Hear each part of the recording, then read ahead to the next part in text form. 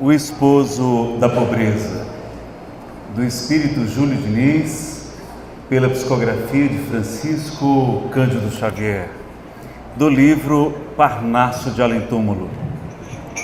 Francisco de Assis um dia, assim que deixara a orgia no castelo, entregou-se à natureza em uma vida de aspereza, num canto doce e singelo. Abandonara a vaidade, buscando a paz da humildade, a santa luz da harmonia. E nas horas de repouso, Francisco, em estranho gozo, a voz de Jesus ouvia: Filho meu, faze-te esposo da pobreza desvalida, emprega toda a tua vida na doce faina do bem. Francisco, ouve, ninguém vai ao céu sem a bondade, que é a grande felicidade de todos os corações. Esquece as imperfeições, vai conforta os desgraçados, sedentos e esfomeados, flagelados pela dor. Quem alivia e consola, recebe também a esmola das luzes do meu amor. Francisco chorava e ria, e em divinal alegria via as flores e os jasmins, que não fiam, que não tecem, com roupagens que parecem vestidos de serafins, as aves que não trabalham e no entanto se agasalham nos celeiros da fartura, saltando de galho em galho, buscando a graça do orvalho, bênção do céu doce e pura. Via a terra enverdecida, exaltando a força e a vida, a seiva misteriosa no seio dos vegetais e a ânsia cariciosa das almas dos animais. E sobretudo ainda via a sacrossanta harmonia do coração sofredor, que não tendo amor nem luz, tem tesouros de esplendor no terno amor de Jesus. Francisco de Assis então, submerso o coração em sublimes alegrias, entregou-se às harmonias vibrantes da natureza, tornou-se um amparo da dor e, guiado pelo amor, fez-se esposo da pobreza. Meus queridos amigos,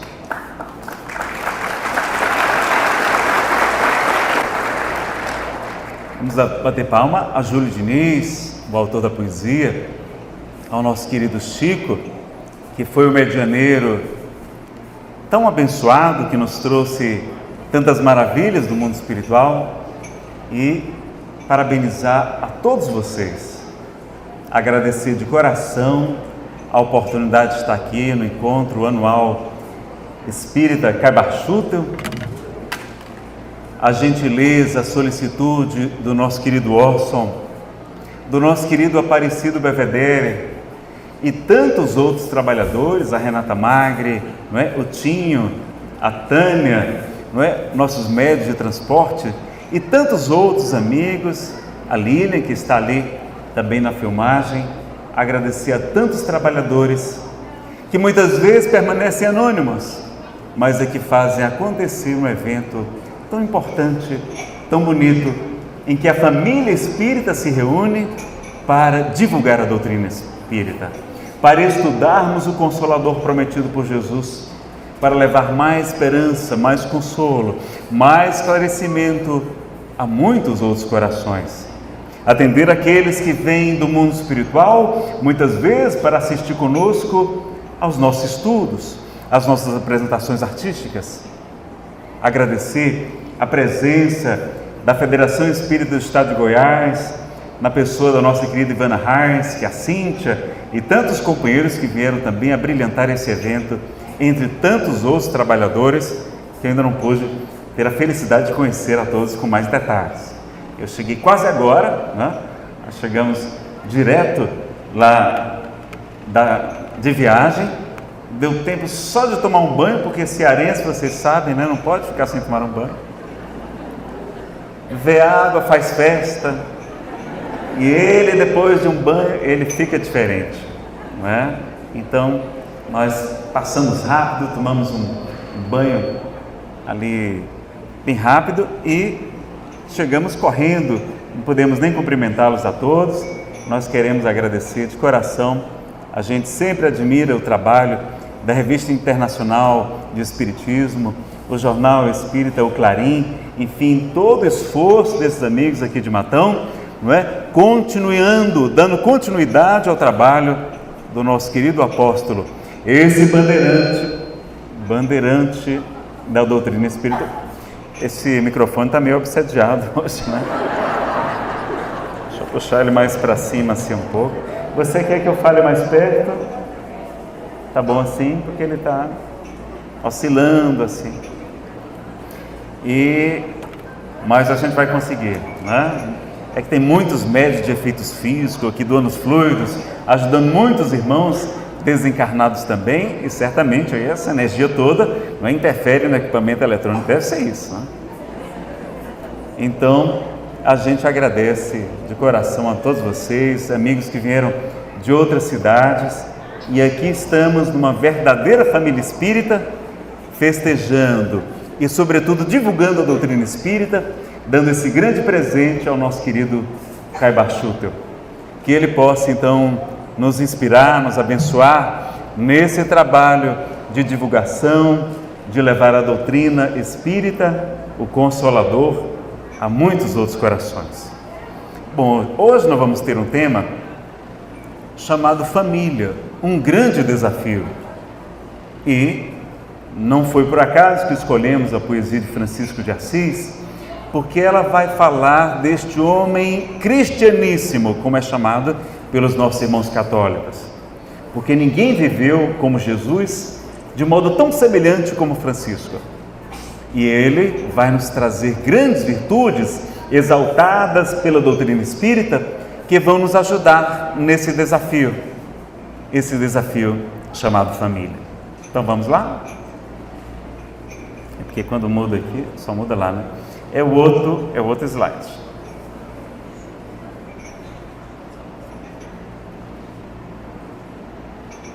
É aquele da Paz e Família, esse mesmo aí.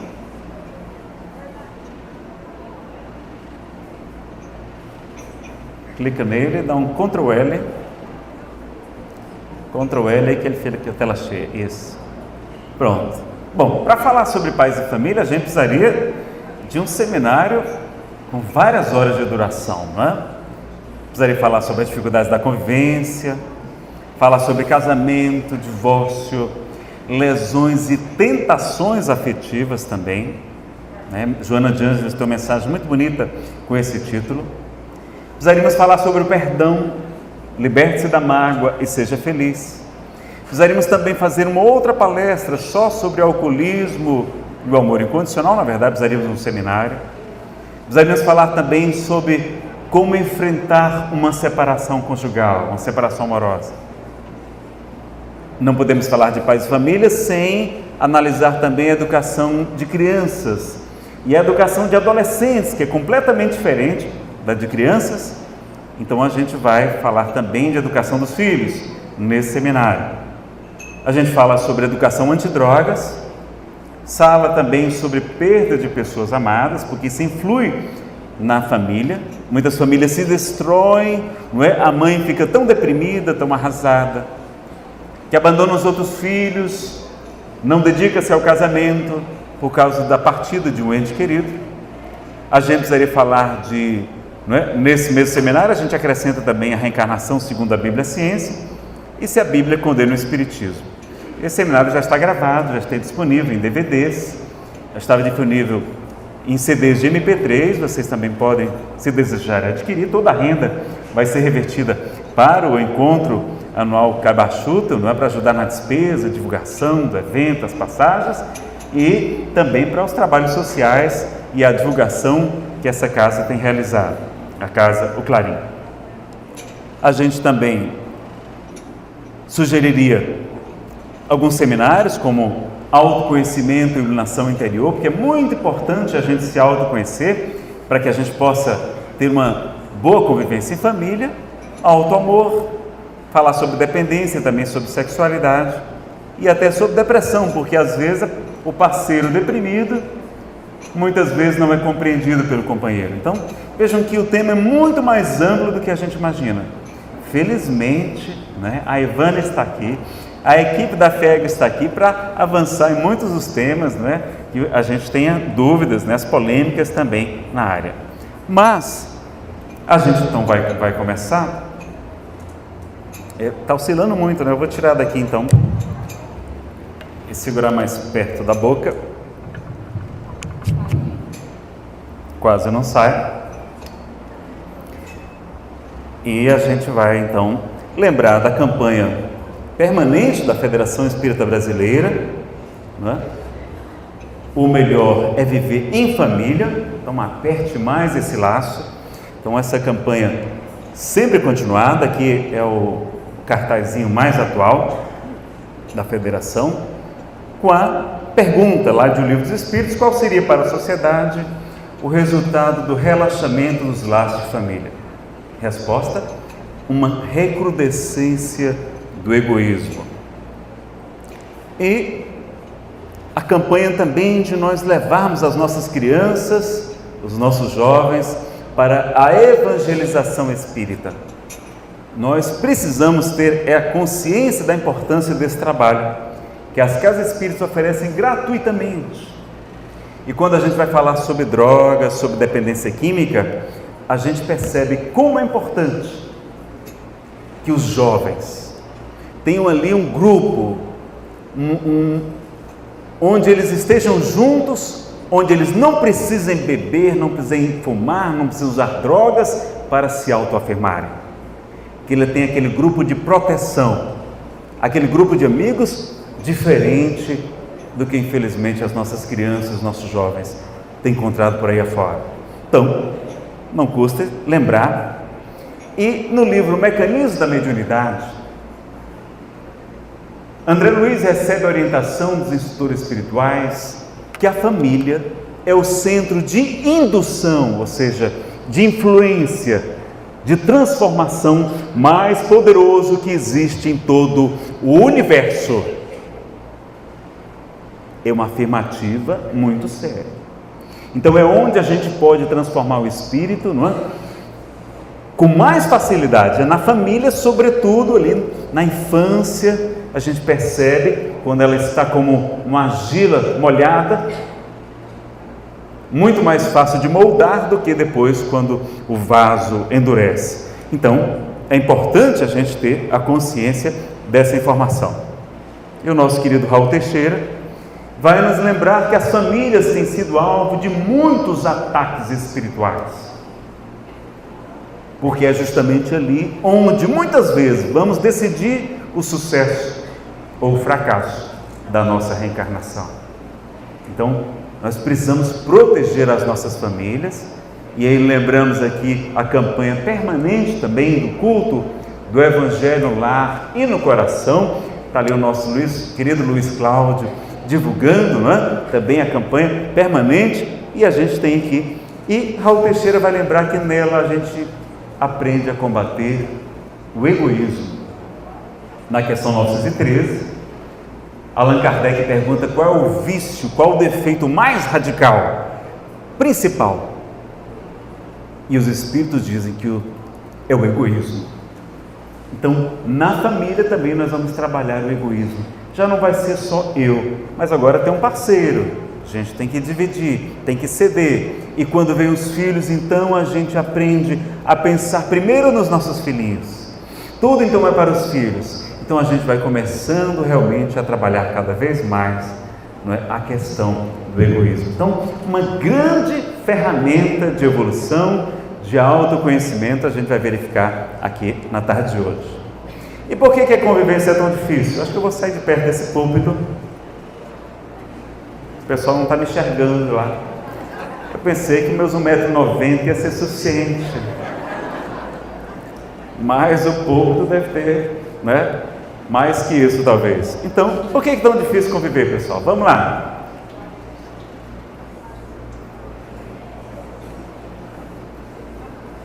Eu estou falando com os encarnados. Ninguém vai se aventurar, não? Bom, quando eu coloquei esse cartaz aqui a primeira vez, alguém disse assim, Nazareno, é porque tem uma sogra no meio ali.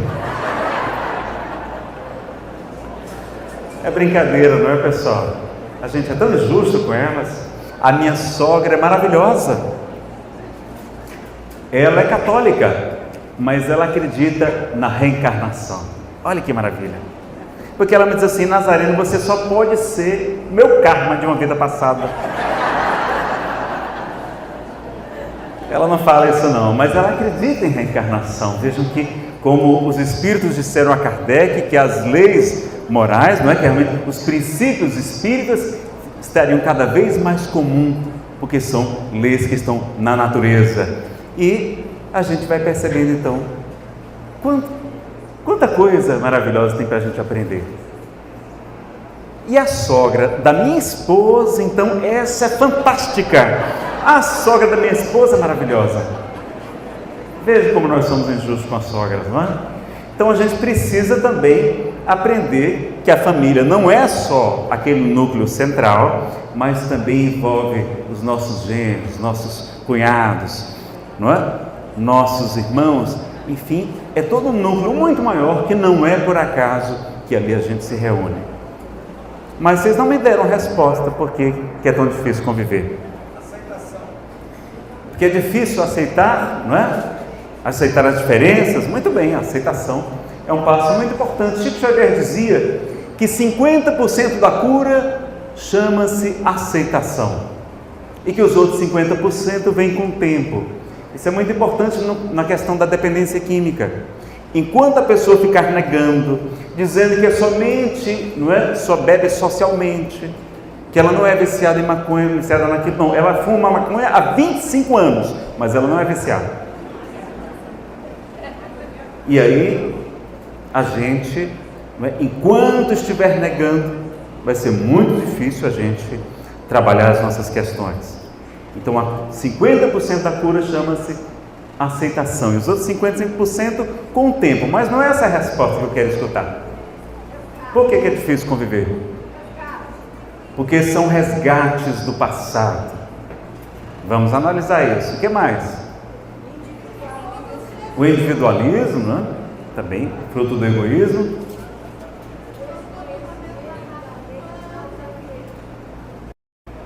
Desconhecimento da lei de causa e efeito.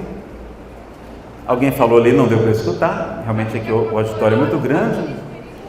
Estamos com uma quantidade muito grande de pessoas aqui. Que maravilha, muito obrigado por vocês terem vindo prestigiar o evento. Mas é muito difícil conviver porque nós estamos ainda na condição de espíritos imperfeitos. Se nós já fôssemos espíritos superiores, espíritos puros, poderíamos conviver ao lado do maior criminoso da terra e estaríamos impassíveis, tranquilos, não é verdade? Mas, como nós trazemos muitas imperfeições morais, elas atrapalham a nossa convivência em família. Então, o problema já está identificado. A gente vai agora também saber o que tem as diferenças, não é? Nós somos muito diferentes e ao mesmo tempo temos que trabalhar as nossas imperfeições. Porque um dos maiores problemas nossos é que nós queremos mudar o outro. Queremos que o nosso marido, nosso esposo, seja como um bandeirante da doutrina espírita, nosso querido Cabachuta. Queremos que o nosso filho seja como Eurípides Barçanufo. Mas será que a gente já é uma irmã Sheila, uma Joana de Ângeles, uma Madre Teresa? A gente não é verdade? E a maior ilusão das moças, elas acham que quando casam conosco, os rapazes, a gente vai mudar. Elas não, quando eu casar com este cabra, lá no céu a gente chama cabra, quando eu se casar com esse cabra, eu vou colocar ele nos eixos, nos trilhos, ele vai andar na linha. E para a decepção delas, nós, os maridos, não mudamos. Nós só pioramos, não é verdade? E nós, os rapazes, casamos com as moças querendo que elas nunca mudem. E elas mudam. É uma coisa horrorosa, ninguém fica satisfeito. E a gente sofre com isso, é querendo mudar o outro. Meus amigos, nós não vamos conseguir mudar o outro. Quando muito, nós vamos conseguir melhorar alguma coisa. Então o primeiro passo é a gente reconhecer, não é, que precisamos nos melhorar, porque no começo é assim, no começo essa maravilha, não é? O rapaz na praia com a moça, consegue carregar nos ombros, não é? E tal. Não, é porque ele também vai ficando gordinho também com o tempo, não é? Não faz atividade física, no começo é assim, e depois vai ficando mais complicadinho. Então a gente vai, não é, identificando algumas questões. A primeira questão que a gente tem que perguntar é essa aqui: para que estamos aqui na Terra? Quem sabe para que estamos aqui na Terra? Eu vou correr um pouquinho mais por conta do tempo, a gente tem muita coisa para falar, tá? Na questão 558 do Livro dos Espíritos, Kardec, na pergunta, ele já começa a responder e os espíritos superiores complementam. A gente pegou um trecho, fez um resumo. A missão dos espíritos é o quê? Se auto-aperfeiçoarem, concorrendo para a harmonia do universo, executando a vontade de quem? De Deus, não é a nossa, é a vontade de Deus, do qual são ministros. Nós seremos ministros de Deus. Hoje a gente ainda é um operáriozinho, não é? Um trabalhador muito simples, atrapalhadinho, mas nós vamos chegar à condição de Deus. Primeiro, então, se auto-aperfeiçoar. Então não é para mudar o outro, é para a gente se melhorar. Não é para salvar o marido, não é para resgatar o filho toxicômano, não é? O marido alcoólatra. Não é para isso. A gente vai ajudar, a gente vai colaborar, a gente vai auxiliar, mas nós estamos aqui para nos melhorar. Quando a gente melhora, tudo fica melhor. Já perceberam isso? Quando a gente está apaixonado, o que é que acontece? Aliás, quando a gente arruma namorado ou namorada, o que é que acontece, pessoal? Já perceberam que quando a gente arruma um namorado, todo mundo fica olhando para a gente? Todo mundo quer paquerar com a gente? Chovem pretendentes. Quando a gente está solteiro, não aparece nenhuma alma para fazer uma caridade com a gente, não? Mas a gente arruma um namorado, a gente fica mais bonito. Por quê? Porque a gente fica diferente, a gente fica com aquela energia da paixão, da empolgação, né? Está tão feliz porque finalmente desencalhou,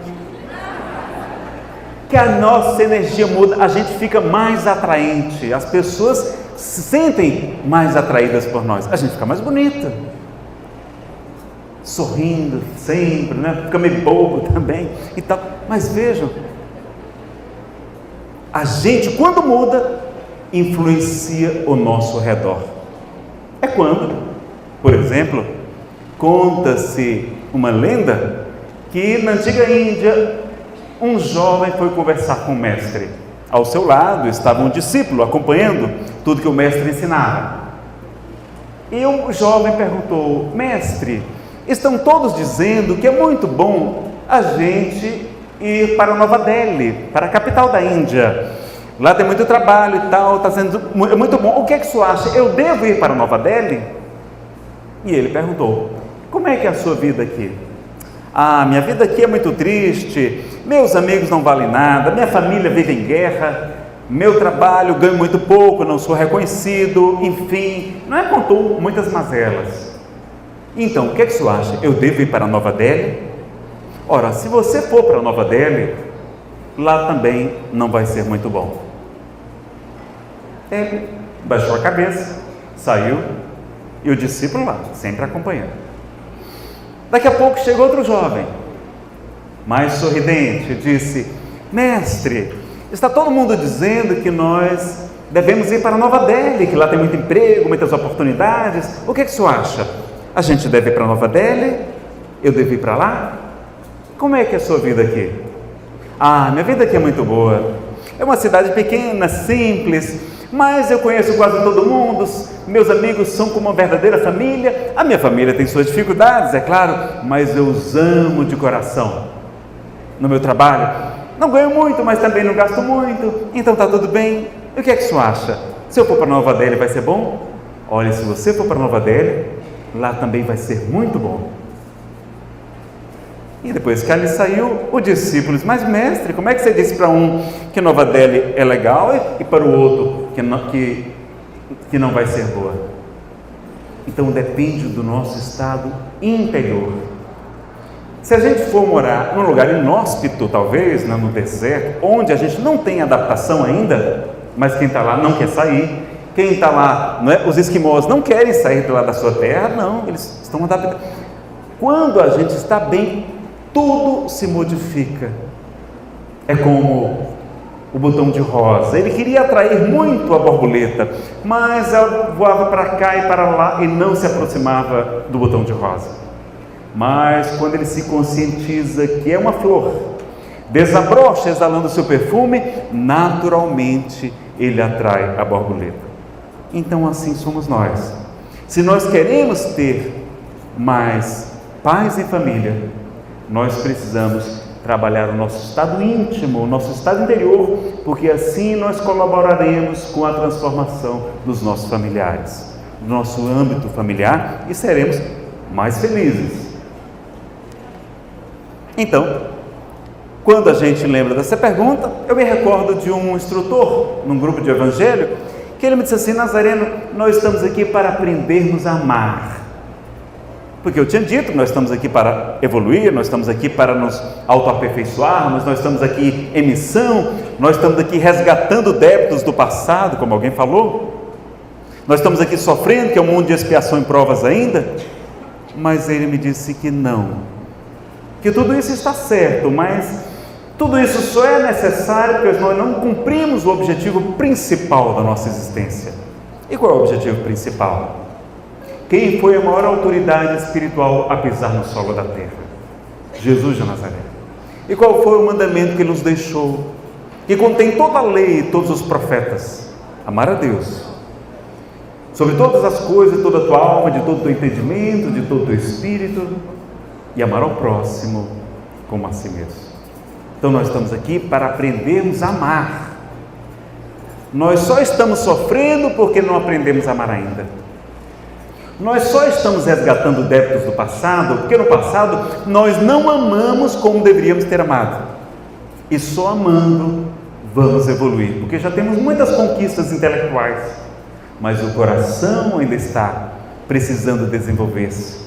Então a gente vai, não é, aprender a amar. E qual é o maior amor para Jesus? Ele vai nos dizer que maior amor não há do que este, do que aquele que dá vida pelos seus amigos, aquele que dá vida pela sua família, não é? Aquele que dá vida pelos seus principais amigos nesta encarnação, que não é por acaso. A gente sabe que existe uma programação reencarnatória. Nosso querido Orson tem palestras sobre esse assunto. A gente percebe que na questão 258 e seguintes de O Livro dos Espíritos, Kardec interroga se os espíritos, antes de nascerem aqui na Terra, antes de reencarnar, se eles anteveem as provas que irão passar no planeta. E os espíritos superiores dizem que sim, e nisto lhes consiste o livre-arbítrio. Ou seja, lá no mundo espiritual superior, a gente, com o amparo dos nossos mentores, eles nos esclarecem: olha, vai ser Nazareno, vai ser muito bom para você que está aí sofrendo no mundo espiritual. Quando a gente lê a série A Vida no Mundo Espiritual, a gente vê como há tantos espíritos sofrendo no mundo espiritual. Então a gente está implorando uma oportunidade. Eles olham: Nazareno, você vai aqui reencarnar, você está dizendo que é bonzinho, que você está aqui, não é, e tal. A gente vai ver realmente se você é bom.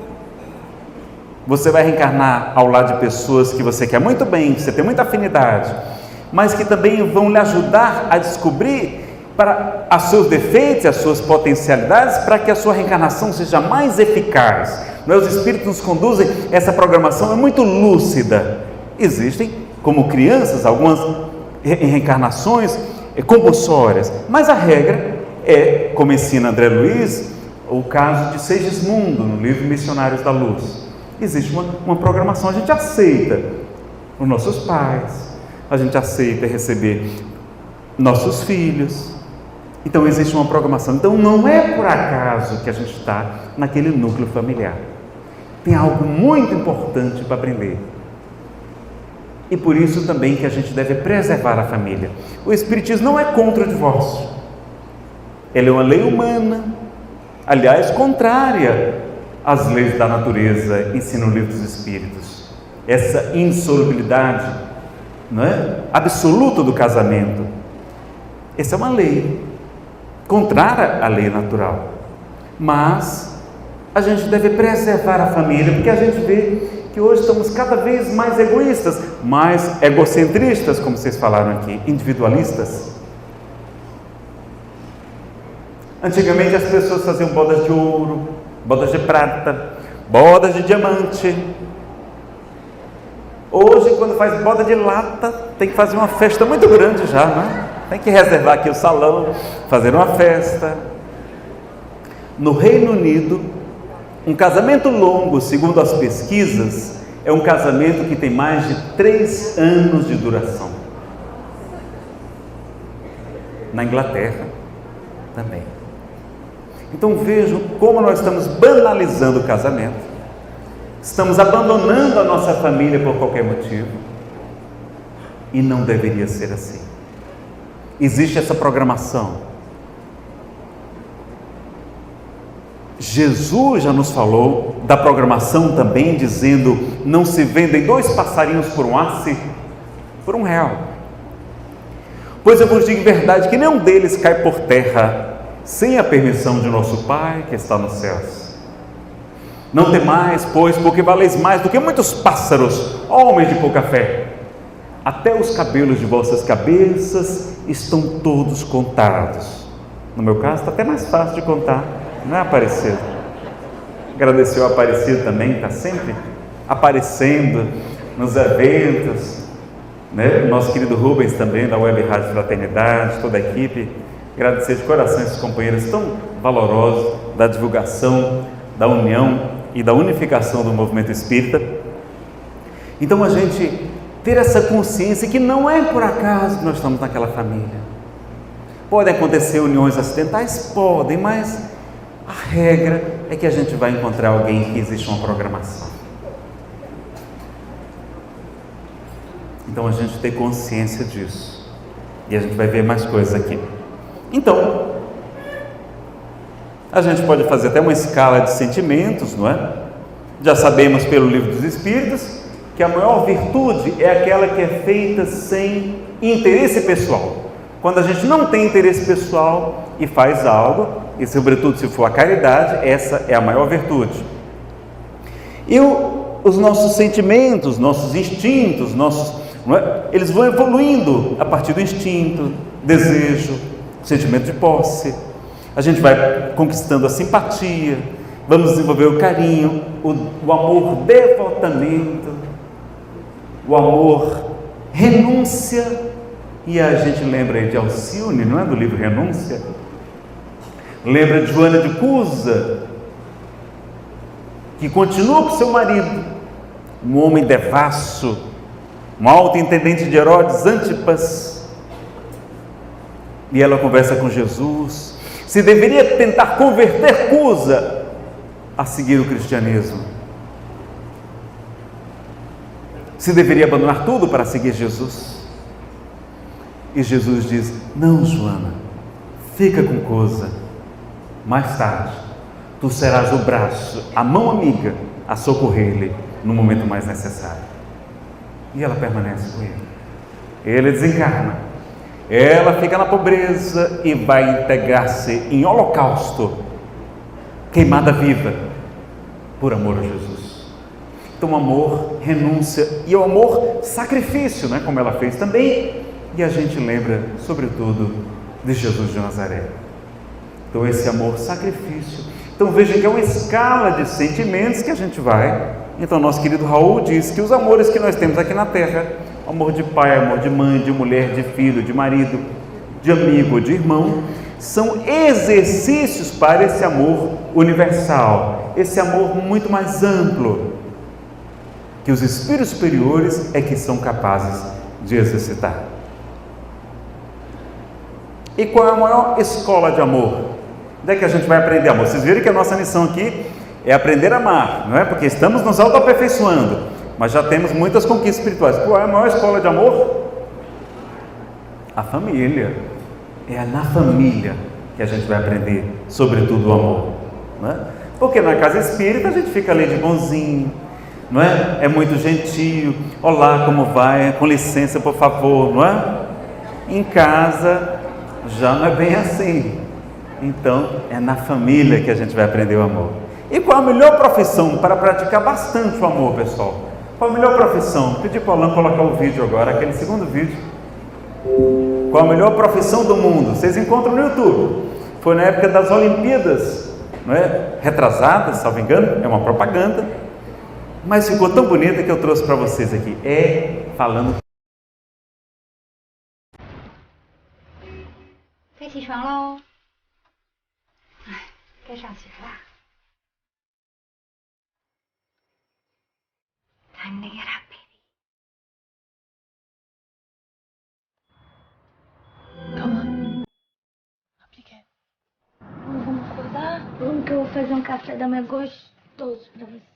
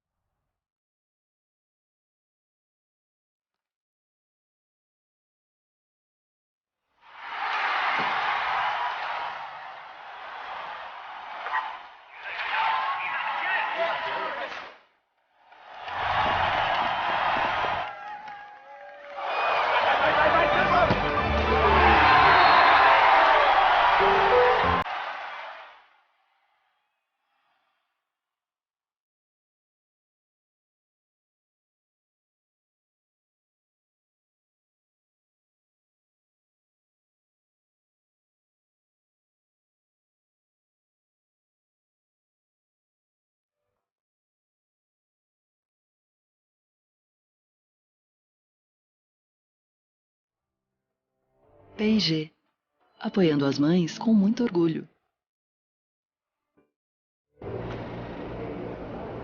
Então a gente viu aí, que o trabalho mais difícil do mundo é o melhor trabalho do mundo. O trabalho de ser mãe, não é? O trabalho de ser pai também. Mas as mães são especiais, não é? Eu queria pedir uma salva de palmas para as nossas mãezinhas.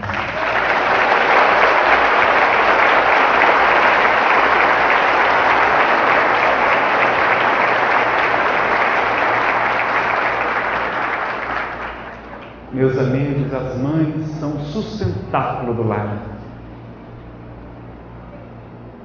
É onde está o amor, é onde está a renúncia, é onde está a capacidade, muitas vezes, da gente manter a nossa família. É muito importante a gente compreender isso. É graças ao sacrifício de muitas mães que as nossas famílias prosseguem, perseveram. E quantas vezes são elas que vêm nos resgatar nos locais espirituais dolorosos. São elas que comparecem nas reuniões mediúnicas de desobsessão em espírito para conseguir finalmente tocar o coração daquele espírito irredutível na vingança.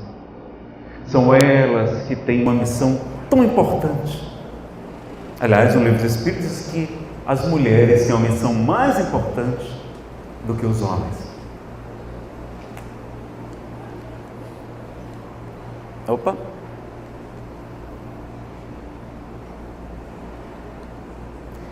Pronto, essa aqui eu vou passar. Aliás, é bem rápido. Capítulo 15 do Evangelho segundo o Espiritismo. Do que precisa o Espírito para ser salvo? Para se salvar? Talvez o capítulo mais importante, né? É um dos mais importantes do Evangelho segundo o Espiritismo. Pequenininho, e a gente passa meio batido. E lá Kardec vai dizer o que é que a gente precisa para ser salvo.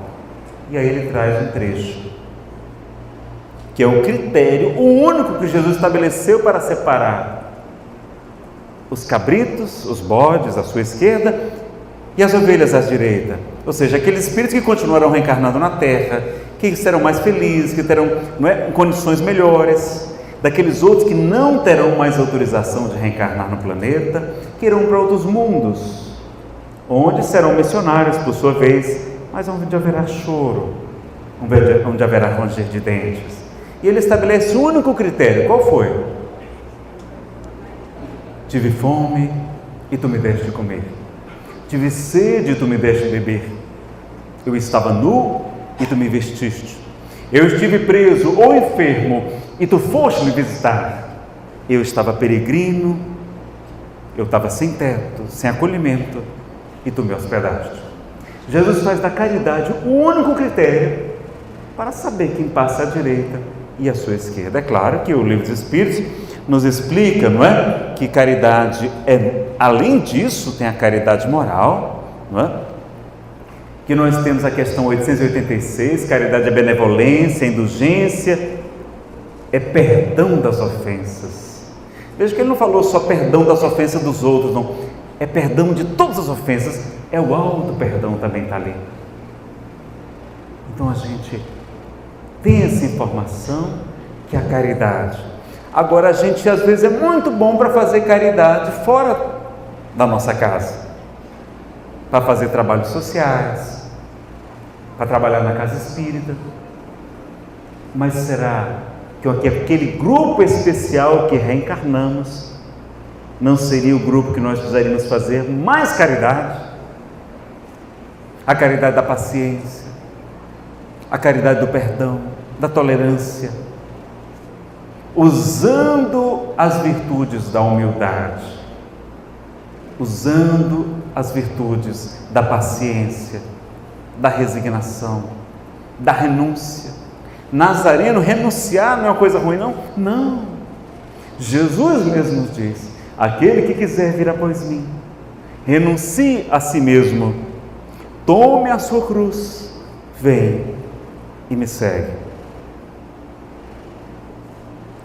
Ou seja, ele não diz assim: me dê a sua cruz que eu vou carregar para você, diz? Não. Tome a sua cruz, o seu marido, a sua esposa, o seu filho, a sua sogra, a sua nora, o seu genro, o seu chefe. Tome a sua cruz e me segue. Então, é para aceitarmos esse desafio. Eu gostei muito do título que escolheram aqui para a nossa palestra, porque o título central é Família, um grande desafio. Veja que não falou o problema, não é? Que vocês já aprenderam que nós espíritas, nós não temos problema. Vocês já sabem disso, não é? Espírita não tem problema, espírita tem desafios evolutivos, que é muito mais chique, não é? Então a gente, em vez de ficar se lamentando, se queixando da vida, não é? A gente fala assim: olha, fulana, você não sabe o tamanho do desafio evolutivo que eu estou lá em casa nesta encarnação. Eu devo ser um espírito muito nobre para Deus ter me confiado, não é? Essa missão tão difícil. Então, em vez de colocar de vítima, não, desafio evolutivo para que a gente possa crescer e não para ficar se lamentando, como o nosso querido Simão Pedro de Lima diz, que nós utilizamos muito a muquerela: murmúrio, queixa, reclamação e lamentação. E a gente destrói assim o nosso ambiente familiar. André Luiz diz que nós deveríamos tratar os nossos familiares como visitas ilustres em nossa casa. A gente trata, não é? Com maior carinho, maior atenção, respeito, que nós deveríamos tratar os nossos familiares como visitantes ilustres. Então, quando analisamos isso e vemos que há um tipo de muquerela muito complicado, tem um tipo de muquerela, pessoal, que destrói qualquer relacionamento.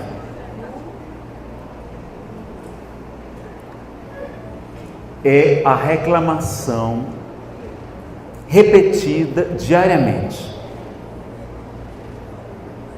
Reclamar resolve o problema, pessoal? Normalmente não é? Nosso marido não muda, a gente não muda. Então, se reclamar adiantasse, era muito bom. Reclamava uma vez, acabou o problema. Mas não. Então a gente fica reclamando todo dia, a mesma coisa, a mesma coisa. Aconteceu uma vez comigo, a minha esposa, que é maravilhosa. Não é porque está filmando não que eu estou dizendo, ela sabe o que eu digo. Eu estava fazendo umas bobagens, estava me dedicando muito às palestras, viajando muito, me ausentei de casa. Ela ficou chateada, porque a gente combinou antes de casar. Eu disse, olha, no máximo eu vou ficar um fim de semana sim, um não com você, no máximo. E aí, e você pode viajar comigo quando você puder e quiser. E aí um dia eu exagerei, um mês eu viajei uns 3 fins de semana seguidos e estava errado. E ela me chamou a atenção e eu disse, olha, você está certa, me desculpe, me perdoe, não vai acontecer de novo. Mas aí ficava de novo tocando naquele assunto, tocando. Todo dia, toda hora, a mesma coisa. Eu disse, olha, se você continuar, os poucos minutos que a gente tem juntos, a gente fica falando só das reclamações, a gente vai destruir o melhor do nosso casamento. Porque isso é como se fosse tortura chinesa. Vocês ouviram falar que existe uma espécie de tortura que eles prendem, a pessoa e colocam um equipamento na cabeça que ela não consegue se mover. Se for cearense como eu, tem que ser um equipamento especial para... E ela não consegue mexer a cabeça. E coloca debaixo de uma torneira. E fica caindo uma gotinha d'água lá na cabeça da pessoa. Aí a gente olha assim, não, essa tortura, que tortura é essa, né? Só que aquela gotinha d'água caindo sempre no mesmo local, repetidas vezes.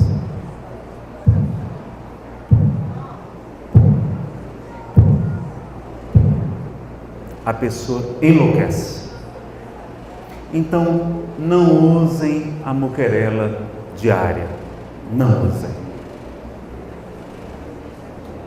Está lá no Evangelho segundo o Espiritismo. Eu sei que a vida na Terra não é fácil. É muito difícil. Essas pequenas contrariedades são como 1000 nadas, 1000 alfinetadas que acabam por ferir. Então, essas pequenas coisas, às vezes, repetidas vezes, Raul Teixeira conta que tinha um casal que estava se separando pelo problema do tubo da pasta de dente. O marido aprendeu que era para sempre estar apertando, deixando o tubo bem cheinho, naquele tempo que os tubos eram de um metal, acho que é de chumbo, e a esposa não deixava lá sem apertar, e ele ficava desesperado, ou vice-versa. Até que ele arrumou a solução, comprou uma caixa de pasta de dente para ela e outra caixa para ele, e pronto, resolveu o problema. Mas vejam, pequenas coisas conseguem destruir um relacionamento. Então, vamos aproveitar os poucos instantes que a gente tem livres para curtir, para namorar, para brincar, para passear, para estar com os amigos, para assistir um bom filme, para assistir uma palestra, para estarmos juntos, estar com os nossos familiares, nutrindo a relação em família, tá certo? Então, nada de muquerela, né? Bom, o relacionamento como ferramenta de autoconhecimento. Vocês sabem que, se a vida é uma escola, o relacionamento é uma universidade. Porque o nosso cônjuge, ele funciona como um espelho. Nossos irmãos, eles informam as nossas imperfeições que a gente fica colocando debaixo do tapete. E como o Livro dos Espíritos nos ensina, na questão 909, quando Kardec pergunta qual o meio prático mais eficaz de o homem melhor assim nesta vida, de resistir aos maus arrastamentos, Santo Agostinho responde, um filósofo da vossa antiguidade já vos disse, conhece-te a ti mesmo. Então, o nosso relacionamento afetivo vai ajudar muito a gente a se conhecer. Por isso que é difícil também conviver, porque eles mostram aquilo que a gente não mostra em público. E aquilo nos incomoda, porque é verdade. Então, é muito importante conviver também por conta disso, né? Então, se a gente estiver bem, a gente vai ser mais feliz em família. E muitos problemas nossos vão ser esclarecidos com a mensagem que a gente vai colocar agora. O que mais sofremos, de Albino Teixeira, agora aquela azulzinha, psicografada por Chico Xavier, do livro, acho que é Passos da Vida. O que mais sofremos, olha que coisa curiosa, o que mais sofremos no mundo não é a dificuldade, não é a dificuldade o problema, que não é problema, é desafio evolutivo, mas é o desânimo, isso é que nos abate, isso é que nos faz sofrer.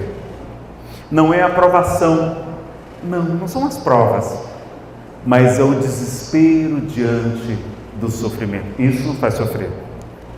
Não é a doença, não, muitas vezes a doença chega e a gente supera com tranquilidade, não é? Mas é o pavor de recebê-la que nos faz sofrer. Não é o parente infeliz, não é o marido alcoólatra, o filho toxicômano, não.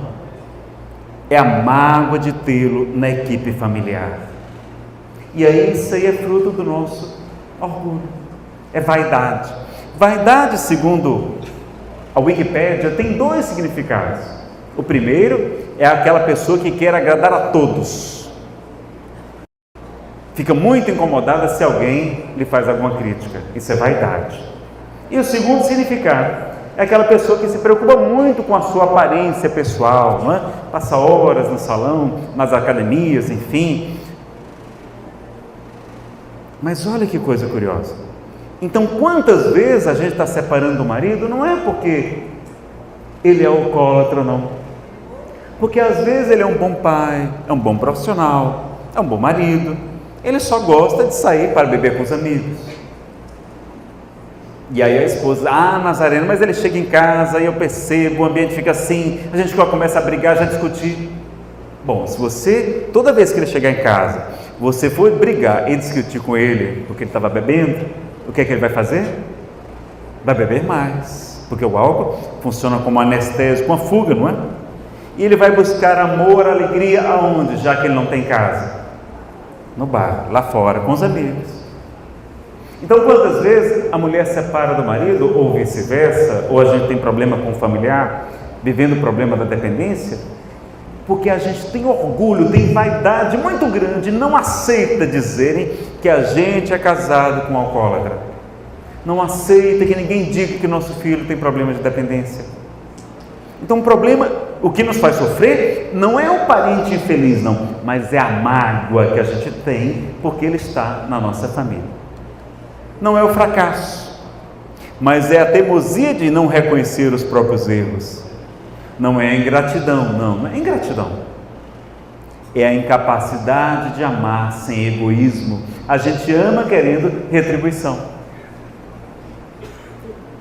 Não é a própria pequenez, é a revolta contra a superioridade dos outros, né? É a inveja daqueles que são maiores, melhores do que nós.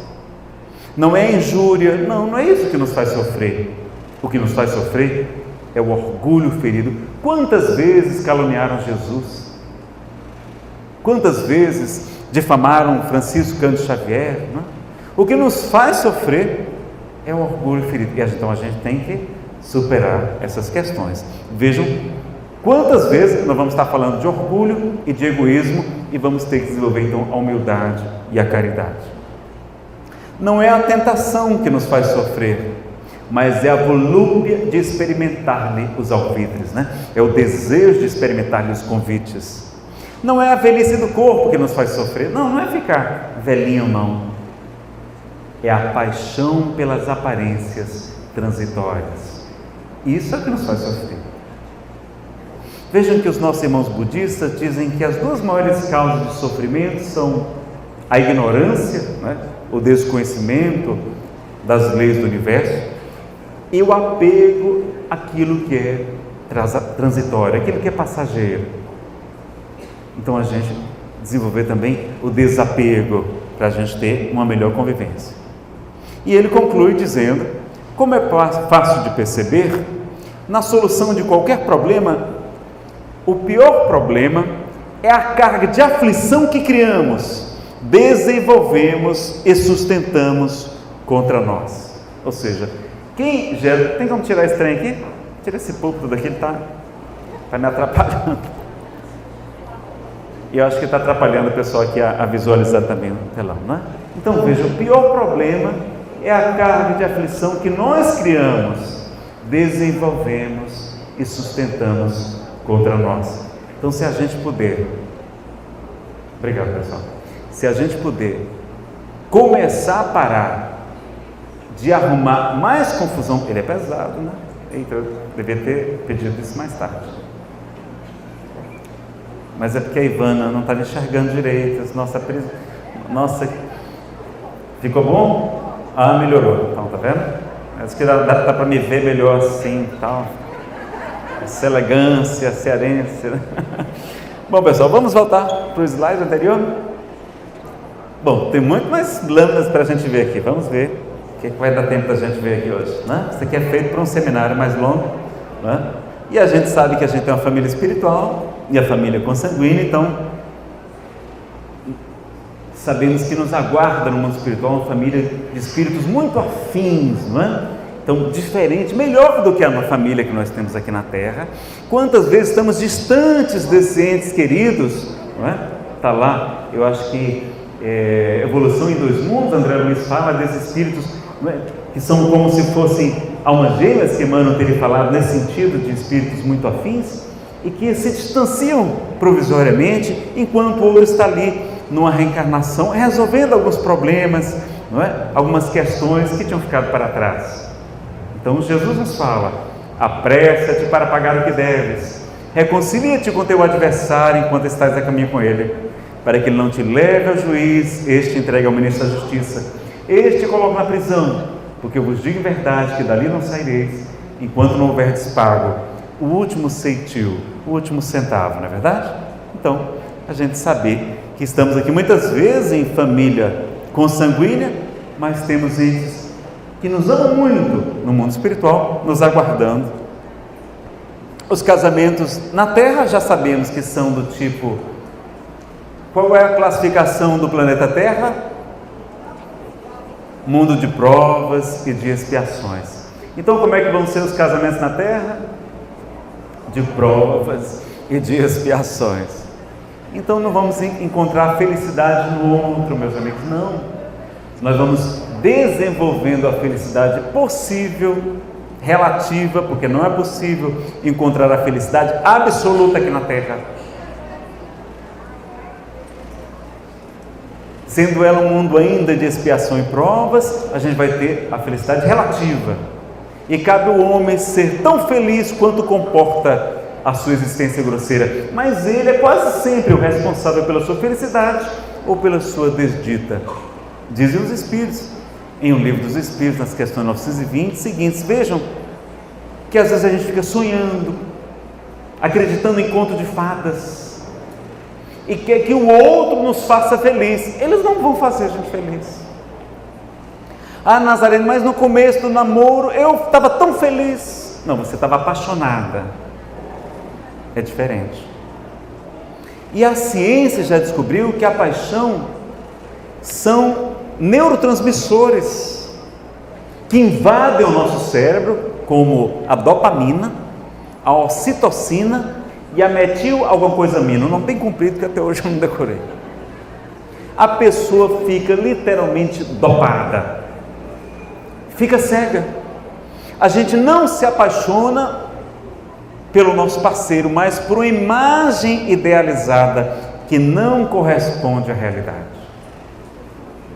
E toda paixão passa. 6 meses, 3, 1 ano, 1 ano e meio, no máximo. Toda paixão passa.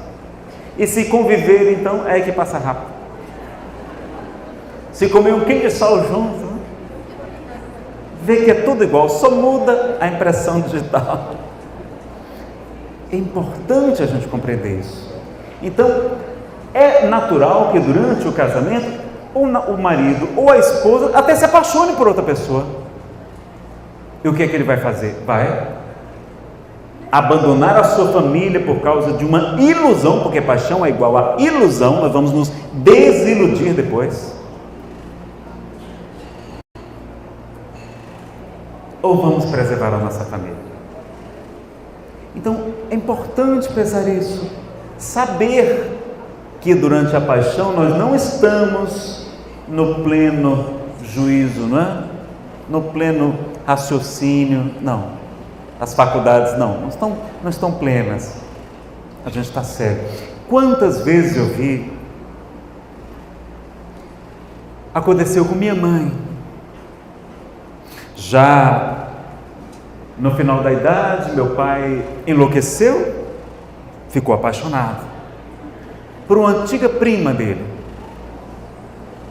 uma moça que tinha já atrapalhado muito o casamento dele com minha mãe.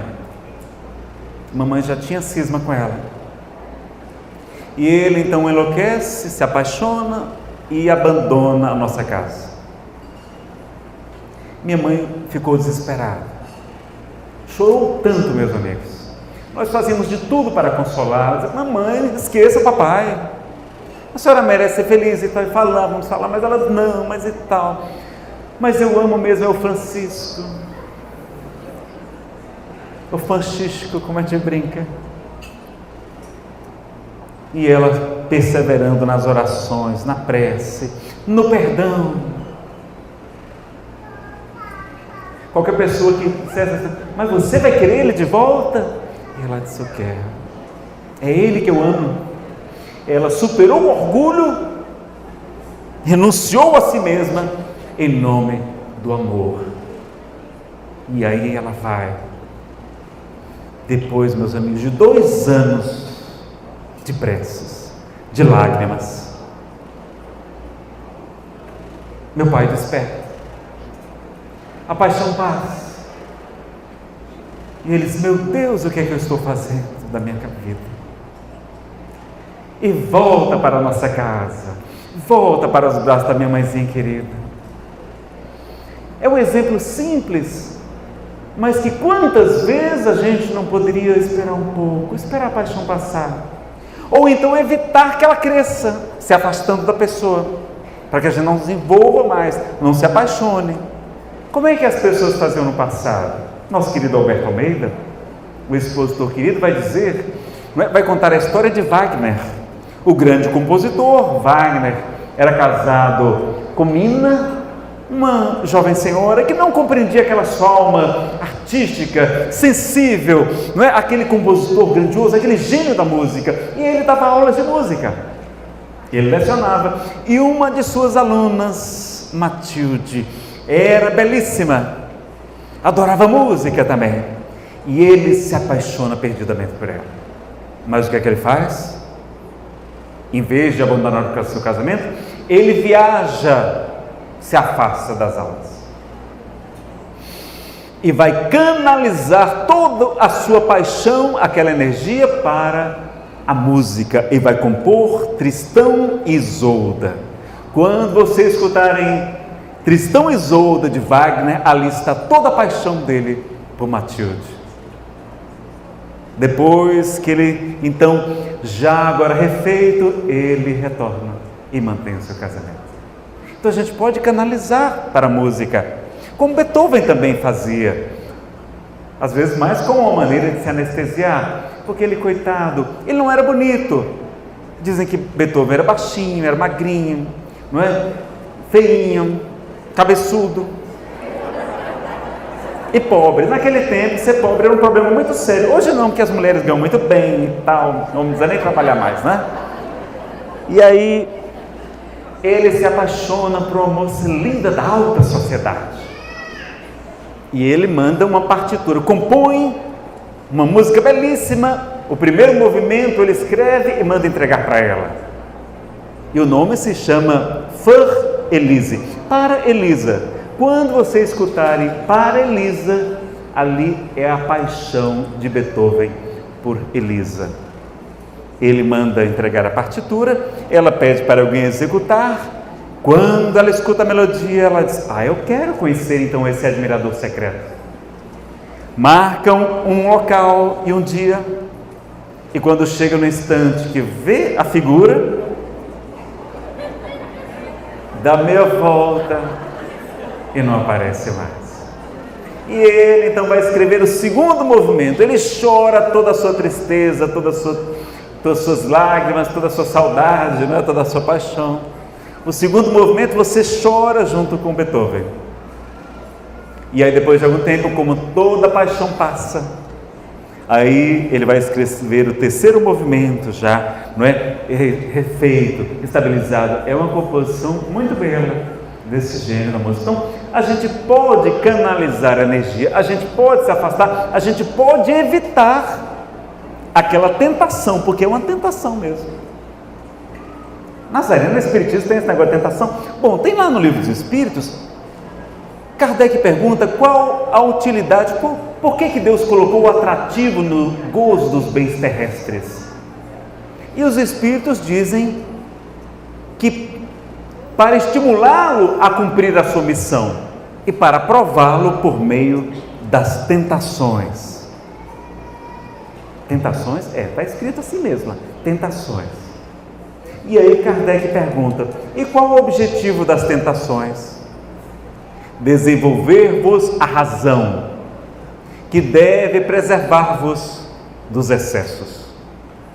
Então, vão acontecer também as tentações. Mas aí, o homem e a mulher sensata, equilibrado, que já sabe dessas questões, vai preservar a sua família, o seu compromisso, não é verdade? E um dia, você já sabe, né, dessas questões, monogamia é um progresso da humanidade, e a abolição do casamento seria uma recrudescência do egoísmo, do relaxamento dos laços de família, aliás. E Raul Teixeira perguntou uma vez qual o segredo, porque ele foi para uma festa de bodas de diamante, e aquela senhora já com os cabelos brancos, velhinha, ela com um parceiro, e ele pergunta, mas minha senhora, qual o segredo para você fazer bodas de diamante? Você olha, seu Raul, tem hora que é difícil mesmo, tem hora que eu quero mandar o desgraçado para aquele canto, mas quando eu coloco como se fosse uma balança de pratos, de um lado tudo que ele me ofertou, uma família, um lar, meus filhos queridos, me sustentou em tantos momentos, me trouxe tantas alegrias. Quando eu coloco do outro, as pequenas contrariedades são tão pequeninas e passageiras, que a balança sempre penda para o amor, para a união. Então vamos, não é? Lembrar sempre das coisas boas e também do bem que o nosso parceiro está nos propiciando. Bom, a gente vai ter que avançar mais, lembrar dessa campanha permanente do Evangelho no lar e no coração. Está ali à mesa, distribuindo os folderzinhos, como fazer o culto do Evangelho no lar. Todo mundo aqui já conhece. Quem não conhece o culto do Evangelho no lar, levante a mão, por favor. Bom, todo mundo já conhece. É o melhor remédio para preservar a família. Vamos fazer meia hora, uma vez por semana. A gente se melhora, a gente harmoniza o ambiente espiritual na nossa casa, a gente aprende. André Luiz, no livro Mensageiros, conta o que acontece do ponto de vista espiritual numa reunião do culto do Evangelho lá. Vamos praticar. Às vezes o parceiro não é nem da nossa filosofia espiritualista ou religião no sentido amplo da palavra, não é nem espírita, mas aí ele participa do Evangelho, ele gosta, participa.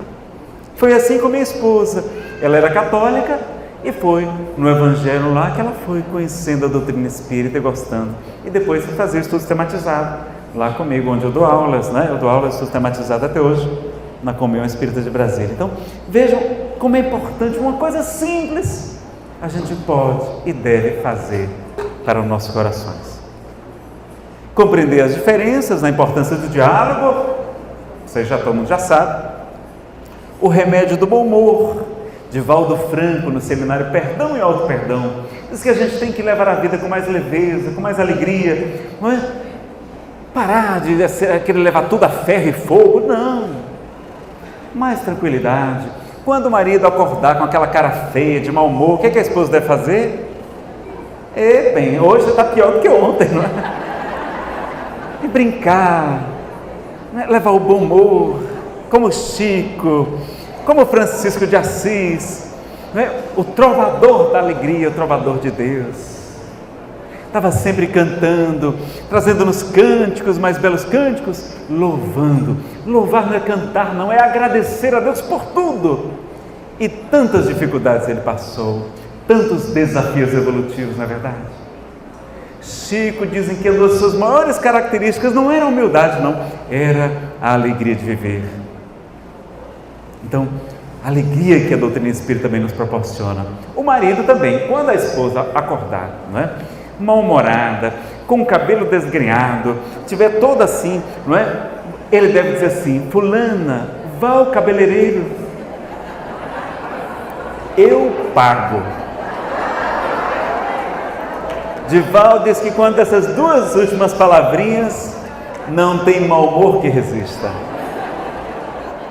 Então Alberto Almeida recomenda, quando o marido também não tiver muito legal, assim, a esposa chega pertinho e diz assim: amor, você quer uma massagem nos pés? Já experimentaram? É bom demais, pessoal.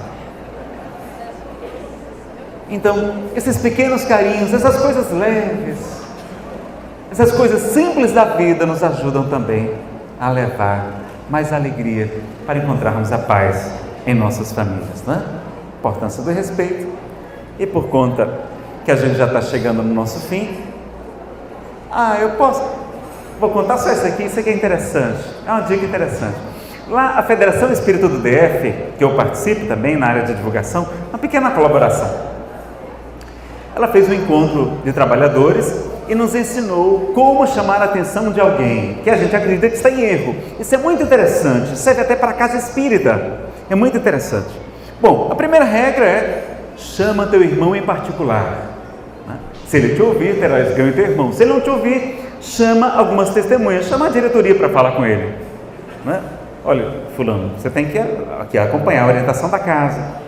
Se ele não ouvir, trata como um gentil. Gentil não tinha autorização de falar nas sinagogas. Então, ele não vai ser mais convidado, por exemplo, para dar aulas, para dar palestra naquela casa. Olha, enquanto você tiver com essa orientação, não vai assim, né?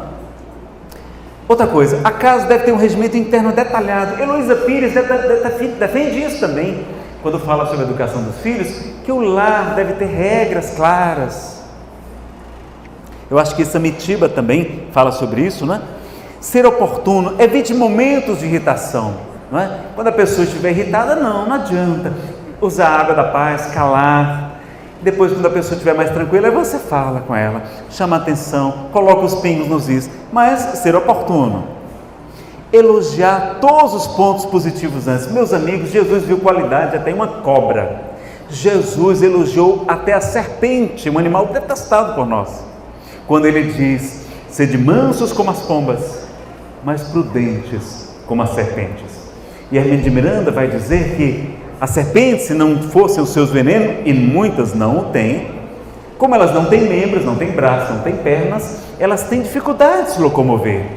Então elas são extremamente prudentes, elas calculam muito bem cada movimento. Então Jesus conseguiu ver qualidade em uma cobra, e a gente só enxerga o defeito dos nossos irmãos e nenhuma qualidade. Então, o palestrante falou uma bobagem lá na casa espírita, a gente vai chegar: olha, fulano, todo mundo gostou da sua palestra, você falou de Jesus, falou de Kardec, falou de André Luiz e tal, mas naquele ponto que você falou, por exemplo, tortura chinesa, não era mulher, parar de falar chinesa, não é? Por que é chinesa? Por que nosso irmão chinês tem a ver? Você não sabe nem se é verdade. Fala assim: tortura da repetição diária, pronto. Aí a pessoa, né? Como a gente foi elogiado antes, a gente já ganha a simpatia, né? A pessoa começou a elogiar: Nazaré, não gostei da sua palestra. Aí, foi mesmo? Você gostou? Me diga isso. Aí, mas naquele ponto que você falou, aí a gente já... Você sabe que você tem razão? E na neurolinguística tem uma técnica chamada sanduíche. No final você termina com um elogio também.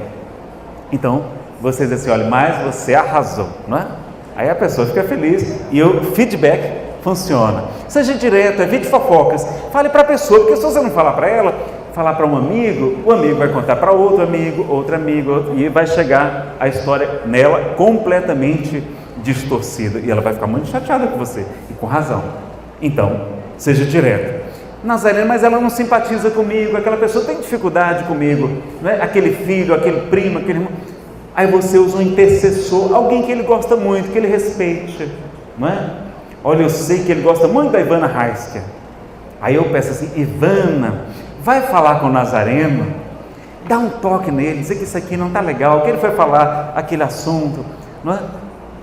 Aí, quando a Ivana fala: não, Ivana, olha, não pode deixar, não é? Então, a gente usa um intercessor também, pode ajudar, fica mais essa dica. Autoconhecimento, por que você está fazendo aquilo? É por amor à doutrina, é por amor à casa espírita, é por amor à pessoa, ou é só porque você tem mágoa, você tem encrenca, você tem inveja daquela pessoa, né? Então a gente tem esse cuidado também para analisar e fazer com amor e por amor. O modo de falar é tão importante quanto o conteúdo. É como o filho que está morando fora e recebe uma carta do pai aqui em Matão, né? O bilhete lá, e o pai fica muito chateado. Olha aqui, esposo, o que seu filho mal criado veio falar para mim. Papai, mande dinheiro. Isso é um absurdo, eu não vou mandar dinheiro coisa nenhuma. Que rapaz folgado é esse?